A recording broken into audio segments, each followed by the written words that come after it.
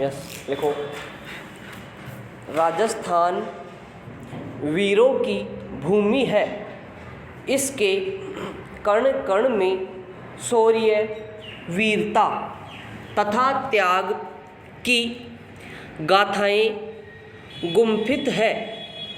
यह महाराणा प्रताप, हटी हम्मीर, पृथ्वीराज चौहान, चंद्रबरदाई, मीराबाई, दादू दयाल और संत सुंदरदास की भूमि है।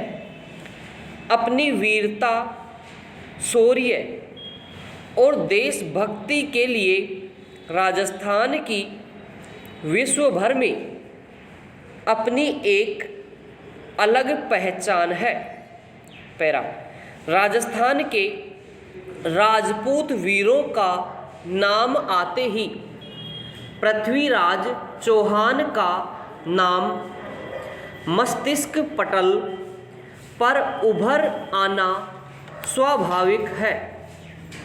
चौहान वंश के गौरव पृथ्वीराज चौहान एक धर्मप्रिय, दयालु शासक होने के साथ साथ ही सुंदरता के पुजारी भी थे।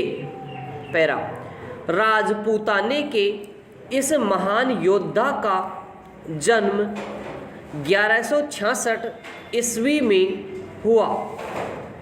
इनके दिल्ली के राज सिंहासन पर बैठने की घटना के साथ ही इनका मौसेरा भाई जयचंद इनका दुश्मन बन बैठा।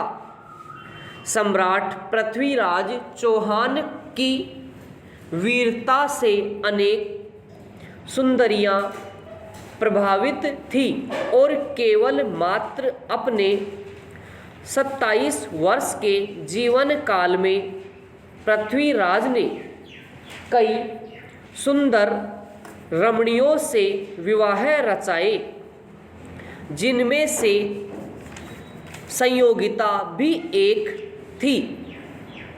पैरा।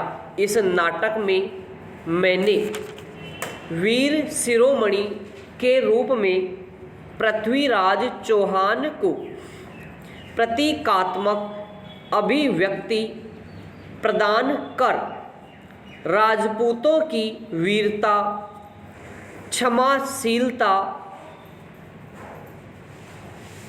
छात्र धर्म के पालनार्थ वीरों की युद्ध में आहुति होने की तीव्र उत्कंठा, वीर माताओं द्वारा इस हेतु अपने पुत्रों को दिया गया प्रोत्साहन, देश और कौम के सांस्कृतिक मूल्यों की विद्यमानता, वीर पुत्रियों द्वारा वीरता का वर्ण, चाकरों की भक्ति एवं देशद्रोहियों की राष्ट्र विरोधी भावना आदि से वर्तमान पीढ़ी को साक्षात्कार कराने का लघु प्रयास किया है। इसके लिए मुझे साहित्य के पन्नों को भी उलटने पलटने से गुजरना पड़ा, जहां मैंने पृथ्वीराज चौहान के संबंध में अनेक विरोधाभासी कथन एवं मतों का अनुभव किया। कुछ इतिहासकारों का संयोगिता हरण के बारे में मतभेद है, तो कुछ अन्य का पृथ्वीराज चौहान की मृत्यु के बारे में। पैरा। सर्वाधिक विवाद एवं विरोधाभास पृथ्वीराज चौहान की मृत्यु के बारे में देखा गया है।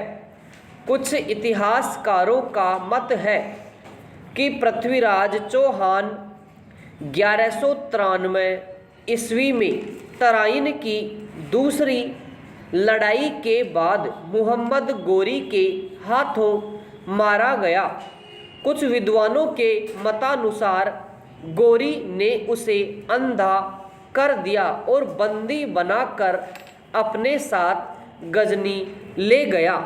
समाप्त।